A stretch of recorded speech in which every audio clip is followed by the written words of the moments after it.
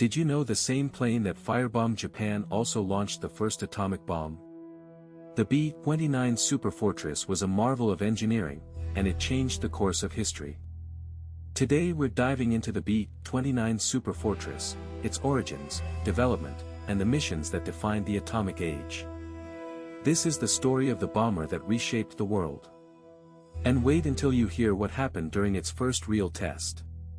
It wasn't just a bomber, it was a symbol of a new era in warfare. In the early 1940s, the U.S. Army Air Forces needed a bomber that could strike Japan from bases in the U.S. The B-29 was the answer. The idea was first proposed in 1938 by General Henry "Hap" Arnold. He wanted a plane that could fly 3,250 miles non-stop and carry a heavy bomb load. By 1940, the U.S. government had invested $1.2 billion into the project, more than any other bomber of the war. The project was a high-stakes gamble. With Japan expanding in the Pacific, the need for a long-range bomber had never been more urgent. But turning this idea into reality would prove far harder than anyone imagined. The B-29 was a technological leap. It had a pressurized cabin, first for a bomber, which allowed crews to fly at 30,000 feet without oxygen masks. It also featured remote-controlled gun turrets, a centralized fire control system, and a powerful R-3350 engine. But the R-3350 was problematic. Early models overheated and caught fire.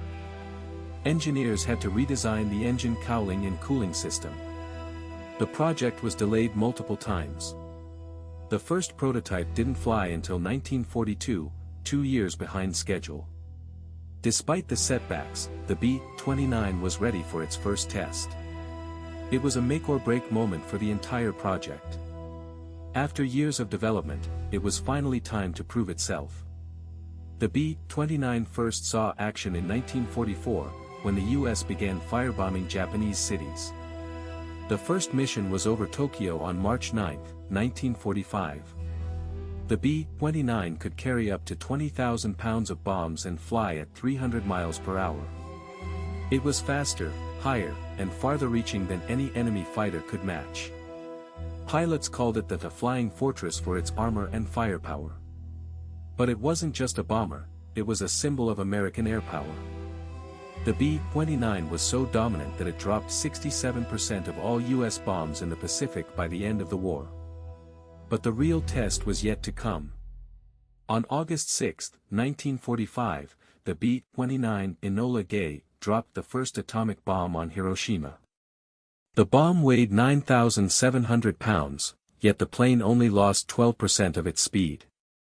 The mission was a success. The bomb exploded 1,900 feet above the city, killing an estimated 70,000 people instantly.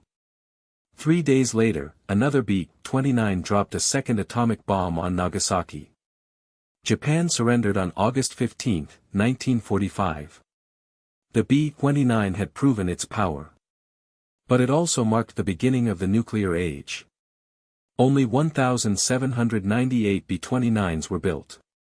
But they dropped more bombs than any other U.S. bomber in the war. So what's the lasting impact of the B-29 Superfortress? The B-29 set the standard for strategic bombers. Its pressurized cabin and long-range capabilities influenced every bomber that came after it. The B-29 also marked the dawn of the atomic age. It was the first plane to carry a nuclear weapon, and it changed the nature of warfare forever. Today, the B-29 is retired. But its legacy lives on in museums and in history books. Was it worth the investment? The B-29 helped end the war, but it also ushered in a new era of destruction. The B-29 Superfortress was more than a bomber. It was a turning point in history. What other military machines changed the world?